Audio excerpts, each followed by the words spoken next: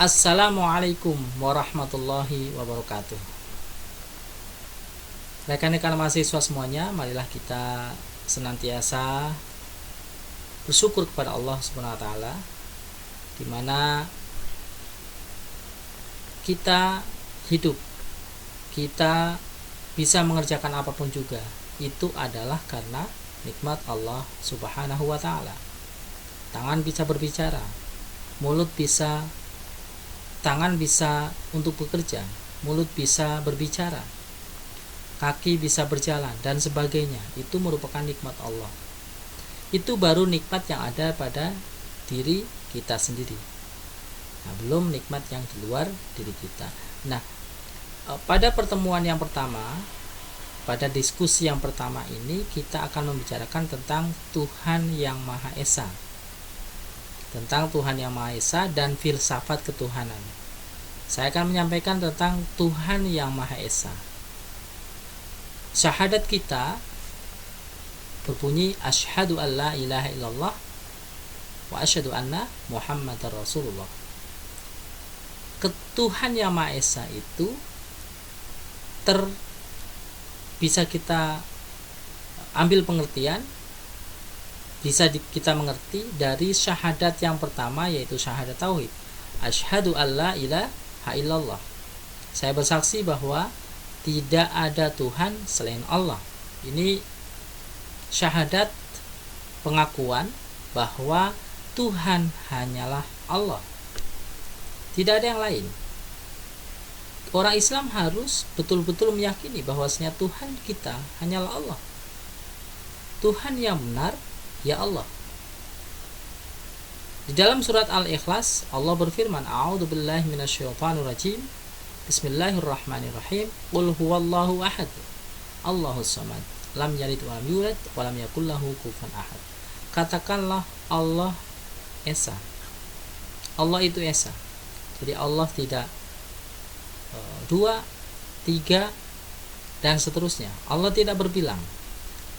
Logika sederhana inilah yang memang diterima. Ketika Tuhan lebih dari satu, alam tidak akan terjadi. Karena ketika Tuhan lebih dari satu, akan timbul pro dan kontra, baik di dalam niat ingin menciptakan sesuatu, bentuk apa yang akan diciptakan, tentunya akan adanya pro dan kontra dan sebagainya dalam semua hal. Kalau lebih dari satu, maka Allahus samad. Qul huwallahu ahad. Katakanlah Allah itu Esa. Allahus samad. Allah tempat bergantung. Jadi ketika kita menginginkan segala sesuatu, mencita-citakan apa yang kita inginkan, kita minta kepada Allah Subhanahu wa ta'ala. Karena Allah lah tempat bergantung, bukan kepada yang lain. Karena memang Allah yang bisa memberikan rezeki kepada kita. Allah lah yang hanya Allah lah yang mampu untuk mendatangkan bencana dan sebagainya. Maka kita senantiasa bergantung kepada Allah, minta perlindungan, minta rezeki, minta kenyamanan, kebahagiaan hanya kepada Allah SWT. Karena Allahus samad, Allah tempat bergantung. Lam yalid wa lam yulad. Allah tidak beranak dan tidak diperanakan. Allah bukan seorang orang tua. Allah bukan ayah. Allah bukan ibu. Bukan kakek, bukan nenek yang bisa mendatangkan keturunan. Tidak. Allah adalah Esa, tidak beranak, walam yulad, dan juga tidak diperanakan, tidak mempunyai bapak, tidak mempunyai ibu, tidak mempunyai kakek, tidak mempunyai nenek, dan sebagainya. Walam yakul lahu kufuwan ahad, dan Allah tidak ada yang serupa dengan Allah. Jadi ketika kita berpikir tentang segala sesuatu, pasti itu pernah kita alami, pernah kita lihat, pernah kita dengar. Allah tidak sama dengan apa yang pernah kita dengar, pernah kita lihat, pernah kita pikirkan. Karena apa yang kita pikirkan adalah berdasarkan pengalaman kita, baik dari penglihatan kita, pendengaran kita, dan sebagainya.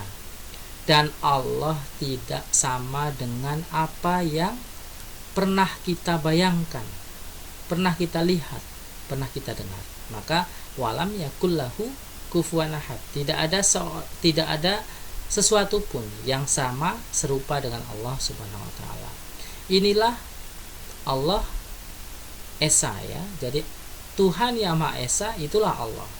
Dan ini merupakan akidah yang harus betul-betul tertanam kuat di dalam diri kita. Kemudian kita juga di diskusi yang kedua ya juga akan membahas tentang filsafat ketuhanan.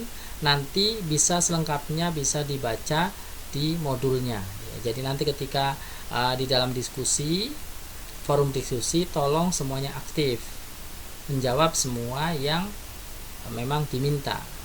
Nanti jawaban tentunya diharapkan sebelum menjawab sudah membaca modul yang sudah kalian mempunyai. Jadi jawaban itu sesuai dengan yang kita harapkan. Demikian, assalamualaikum warahmatullahi wabarakatuh.